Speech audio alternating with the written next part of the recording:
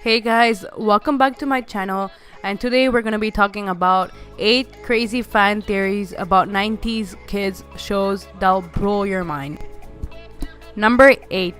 Caillou is terminally ill with cancer.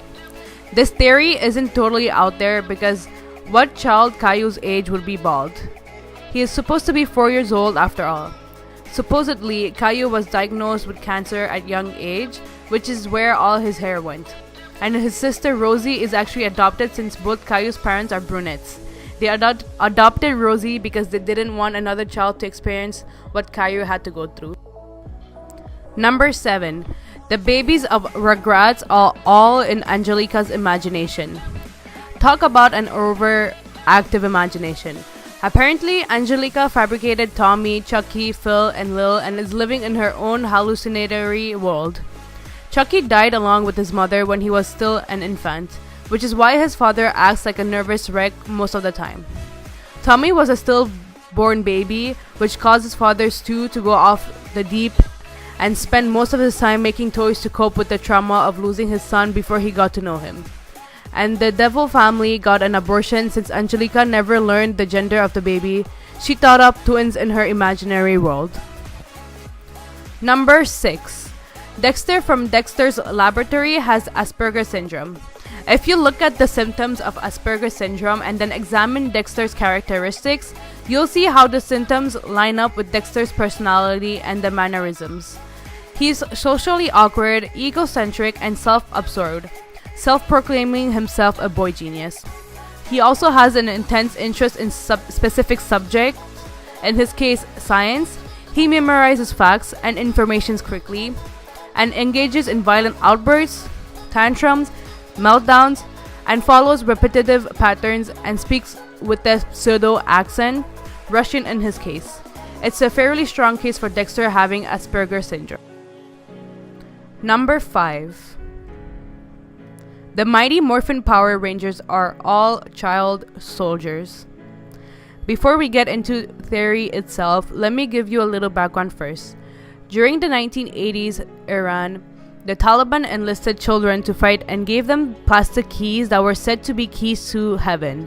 In reality, the children were just being used and were sent out to clear minefields for the adult soldiers. Now for the theory. In the show, Zordon recruits unsuspecting teens to fight in a battle between his people and Rita. He gives them a bunch of stuff, special accessories, colorful uniforms, magical fighting abilities, and sends them out to fight monsters that explode when they are defeated. So basically, the Power Rangers are just pawns fighting in an intergalactic conflict that has absolutely nothing to do with them. Number 4. Helga is the true main character of Hey Arnold and is actually a tortured hero. If you really think about it, it does make sense how Helga could be the real protagonist of Hey Arnold, despite Arnold's name being in the title. She's the only character in the show who gets frequent, extended monologues. She wrestles the most with internal struggles out of any of the other characters in the show. And the show's title comes from a quote she says throughout the show's intro.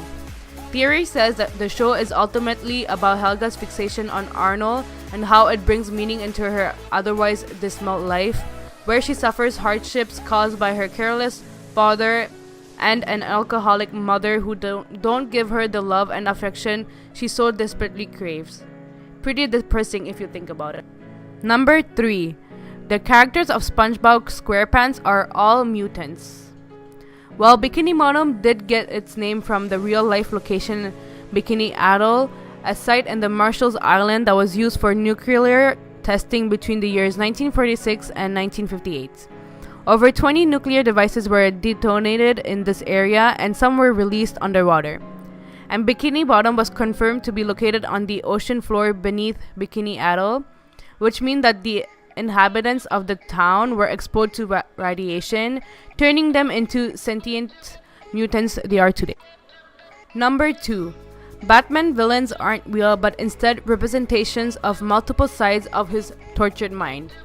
The show we're looking at is Batman, the animated series. Yes, Batman existed long before this particular show came out in the 90s, but this particular theory pertains to the show and how the villains were handled.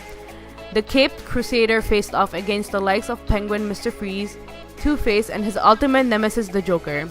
But maybe these supervillains didn't really exist. Maybe they were actually Batman's inner demons that he was struggling against. Penguin represents Bruce's massive torture and class. Mr. Freeze represents Bruce's incapability to maintain long-term relationship with other people. Two-Face represents the inner struggle between wealthy philanthropist Bruce Wayne and vigilante of the night Batman. And the Joker represents the psychotic thoughts Bruce has in response to witnessing his parents' unnecessary deaths. Number 1. The Powerpuff Girls are fractions of one girl's multiple personality disorder. Who's this girl, you say? Well, the theories don't really say. She's just a hypothetical girl who's apparently suffering from a bad case of multiple personality disorder. Each of those personalities manifests as different Powerpuff Girl, which is how the show started. And said hypothetical girl developed this disorder after being tormented by her older brother, who's supposed to be Mojo Jojo. Thank you so much for watching AJ Talkies. Please watch my previous video about 5 things you didn't know about Ryan Reynolds' Deadpool. Please subscribe to my channel and I'll see you guys in my next one.